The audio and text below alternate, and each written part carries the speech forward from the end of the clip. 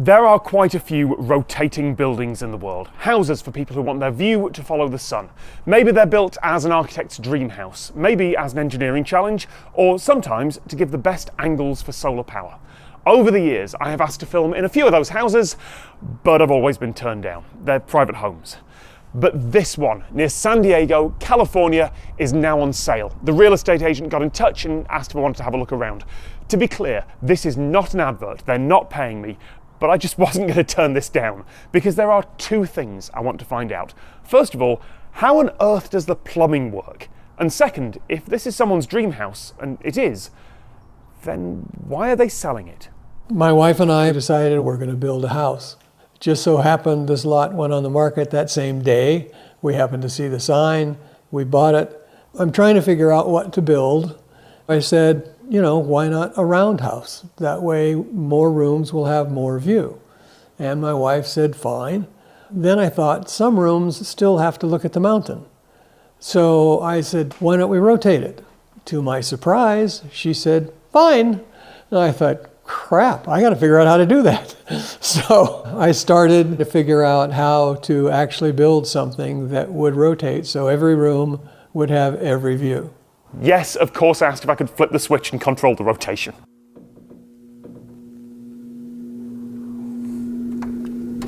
Go up to 1,000. Good. That's it. It's very strange to push a button and then have the world start to rotate around you. That's right. Lovely. My wife and I started construction in 2000. It took a good 2 years to get to the point where we had a structure. We did hire some people and had them working here, and I found that they would go home at 4 o'clock and I would be here till 7 fixing what they had done, because they're used to building square and this was round. The fella at San Diego County would go over our plans and he says, I just want to tell you, you're building something that's way stronger than it needs to be. No way you can rotate that much mass and have it work. So I said, do you care if it rotates? He says, hell, I don't care if it rotates. And I said, well, then can we just agree to disagree and you let me go ahead and build the damn thing? And he said, all right. In doing all the calculations, I came up with needing a 5 horsepower motor. So I put in a 5 horsepower motor. Have you ever driven your car in 5th gear at 25 miles an hour? It goes like that, and that's how the house was moving.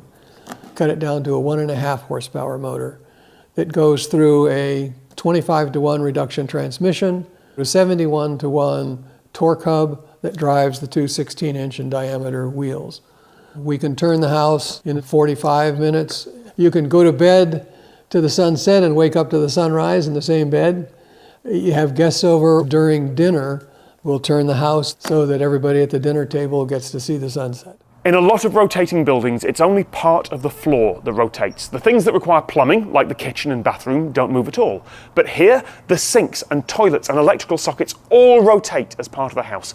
And all the explanations I can find seem to hand-wave the details. They just say that there's a central, non-rotating core that handles the pipes. For electricity, there are off-the-shelf components that can deal with rotation. There's a thing called a slip ring, which is a very standard piece of equipment, just like a merry-go-round. The merry-go-round goes around and around and around, and it doesn't have to go backwards.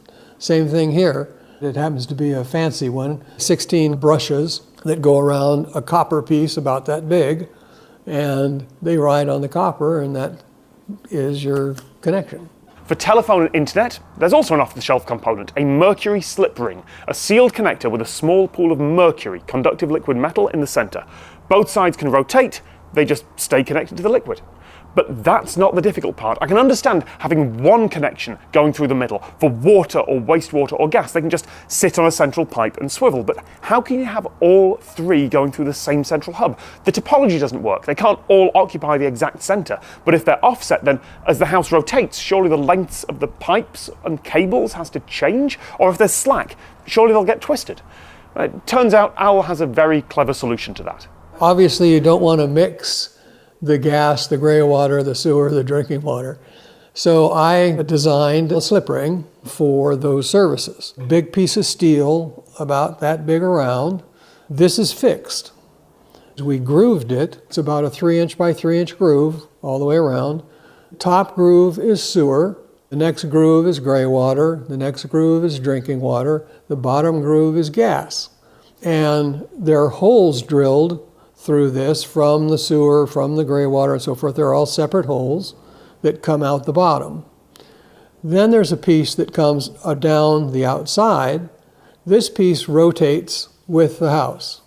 You have a sewer line that comes down and connects to the outer piece. And then you have gray water, then you have drinking water, then you have gas. There are seals in between each of these grooves. They're all alarmed. There's a seal, a sensor ring, and a seal. A seal, a sensor ring, and a seal, so forth, for all of them. You would have to have 2 seals and 2 sensors fail before you had any mixture of fluids. The seals are good for 75 years, so I don't think we're going to have a problem. Yes, I had to commission some graphics to explain this. It's really clever, and I did not understand it until Al explained it to me. It's like 4 intersecting funnels. The total maintenance once a year is to lube the bearings. We have a young man who has done it several times. It's done in an hour. Which brings me to the other big question I had. After designing and constructing this place, after 20 years of living here, why sell it? I've had 18 heart procedures. My wife is in perfect health. The odds of me outliving her are 0.